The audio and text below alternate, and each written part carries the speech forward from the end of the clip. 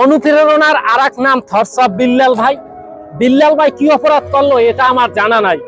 বিল্লাল ভাইরে নিয়ে যেইভাবে মানুষ দেখা যায় ফেসবুকে পোস্ট করতে আছে, বিশেষ করে তার নেগেটিভিটি যে পোস্টগুলা খুবই বাজে লাগে এবং খুব খারাপ লাগে বিষয়গুলা, যে আসলে তার মতো একটা মানুষ বাজেভাবে আসলে মন্তব্য করে, বাজেভাবে ভিডিও বানায়। সবাই আসলে ভাইরাল হওয়ার নেশায় তারে নিয়ে এইভাবে কথা বলে।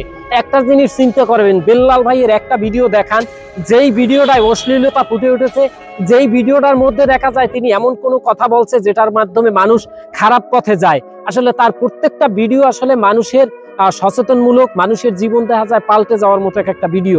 কিন্তু আমরা সেই বিল্লাল ভাইকে নিয়ে দেখা যায় বাজে বাজে ভিডিও বানাই, কারণ তারে নিয়ে আজে বাজে ভিডিও বানাইলে সেই ভিডিওগুলো প্রত্যেকটা মিলিয়ন ভিউজ হয়।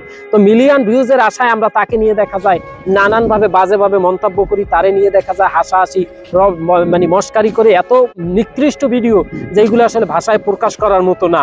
একটা জিনিস মাথায় রাখবেন, এই বিল্লাল ভাইয়ের মতো লোক বাংলাদেশে প্রতিনিয়ত জন্মায় না, আর লাখে একটা জন্মায়, কোটিতে একটা জন্মায়। এখন এই মানুষটাকে যদি এইভাবে অপমান করেন, তাইলে এর মতো ট্যালেন্টেড লোক কখনো আর বাংলাদেশে ফুটে উঠবে না। আমি তো মনে করি বিল্লাল ভাই এত ভালো মানের একজন লোক, তার মতো লোক প্রতিটা জেলায় জেলায় একটা হোক, কিন্তু আপনারা তার মতো ট্যালেন্টেড লোক আসলে হইতে দিবেন না। কারণ সে যেইভাবে ভালো ভালো উপদেশ দিয়ে সুন্দর সুন্দর কথা বলে মানুষকে দেখা যায় ভালোর পথে, সুন্দর আলোর পথ দেখায়, এই পথগুলো আর কেউ দেখাইবে না। কারণ সে চিন্তা করেন যে এত সুন্দর কথা বলে, তার কথায় অনেকে দেখা যায় অনুপ্রাণিত হয়ে ভালো ভালো কাজ করতেছে। এখন আমি চিন্তা করবো যে তার মতো কথা বলে লাভ কি? এখন ভাই একটা কথা বলছে যে আমারে কপি না করে তোমার মধ্যে যা আছে সেটাই তুলে ধরো ভাই।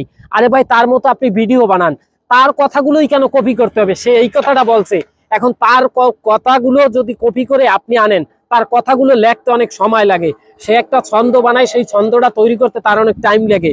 আমরা করি কি, সেই তার ছন্দটাকে এনে তারপর আপলোড দিয়ে দিই। তো এতে দ্বারা আসলে তার যে পরিশ্রম, সে যে কষ্ট করে বানায়, এই সার্থকতাটা তার আর থাকে না।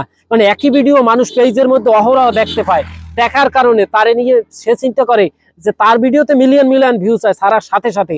তারপরেও মানুষ আসলে ভাবে যে একটা ভিডিও এত বারবার বিভিন্ন পেজে কেন আমি দেখি, এই জন্য মানুষ একটু বিভ্রান্তিতে পইরা যায়। হ্যাঁ, তো এই জন্য ভাই বলছে যে আমার মতো হতে যাইও না, তোমার মধ্যে যা আসে সেটা দিয়ে ট্রাই করো, আমার চাইতে ভালো একটা স্থানে যাইতে পারবা। কথাটা যৌক্তিক। ভাইয়ের আসলে ভালোবাসার লোকের অভাব নাই। আবার দেখা যায় তারে নিয়ে যারা ট্রোল করে, তারে নিয়ে যারা ভিডিও বানায়, তারাও কিন্তু তারে ভালোবাসে। কিন্তু কিছু শ্রেণীর মানুষ আছে, তারে নিয়ে আসলে ভাইরাল হওয়ার জন্য এইভাবে আজে বাজে কথা বলে, আজে বাজে যে ভিডিও বানায়।